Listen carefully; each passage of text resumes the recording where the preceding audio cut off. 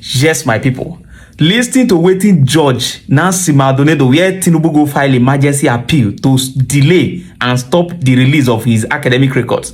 Listen what the judge said today, like this today. What do you make you share? See, I want my Nigerian judiciary come dey learn. Just listen to what a judge is saying. Listen, what do you make you share? Make our justices for tribunal and for Supreme Court, make they learn how they take deliver justice through judiciary.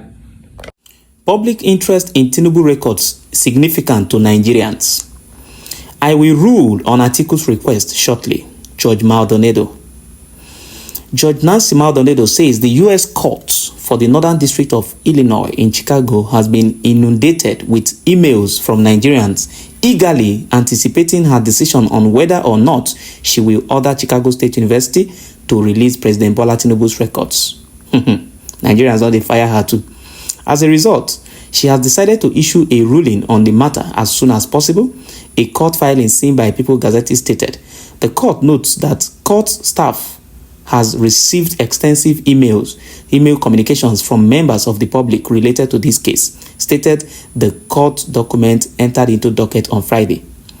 Consequently, the court will endeavor to issue a written ruling as soon as possible.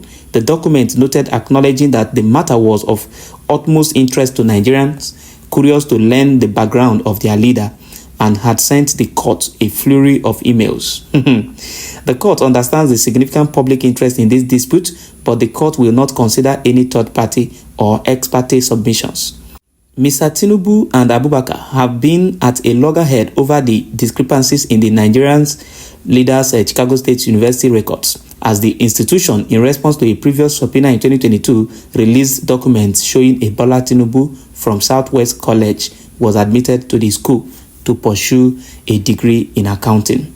Also at issue was Chicago State University's adamant refusal to authenticate the diploma Mr. Tinubu submitted to Nigeria's electoral body, INEC, to be genuine or falsified, which has foiled allegations of forgery and perjury for which Mr. Abubakar is seeking to void Mr. Tinubu's election victory at Nigeria's Supreme Court. Further confusing Mr. Abubakar were the signature on the diploma that Mr. Tinubu submitted to INEC, which were those of two women, Elnora Daniel and Niva Lubin, who joined Chicago State University in 1998 and 1996, nearly 20 years after the president graduated in 1979. The June 22 diploma has indicia of forgery. Angela Liu, the U.S. attorney representing Mr. Abubakar, told the court on Wednesday. Judge Jeffrey Gilbert on September 20 had ordered Chicago State University to release Mr. Tinubu's record, but the president begged Ms. Maldonado to delay the order's enforcement, pleading severe and irreparable damage to his life. On September 6, the Presidential Elections Petition Tribunal upheld Mr. Tinubu's election victory. However, Mr. Abubakar strongly believes the decision was deeply flawed and a miscarriage of justice, leading him to file an appeal at the nation's Supreme Court, where he plans to use the Chicago State University's records to show the president may have committed forgery and perjury, two serious allegations that, if proven, would not only result in Mr. Tinubu's dismissal, but also could permanently dent his political career. Justice should be seen to be done, not just to be done.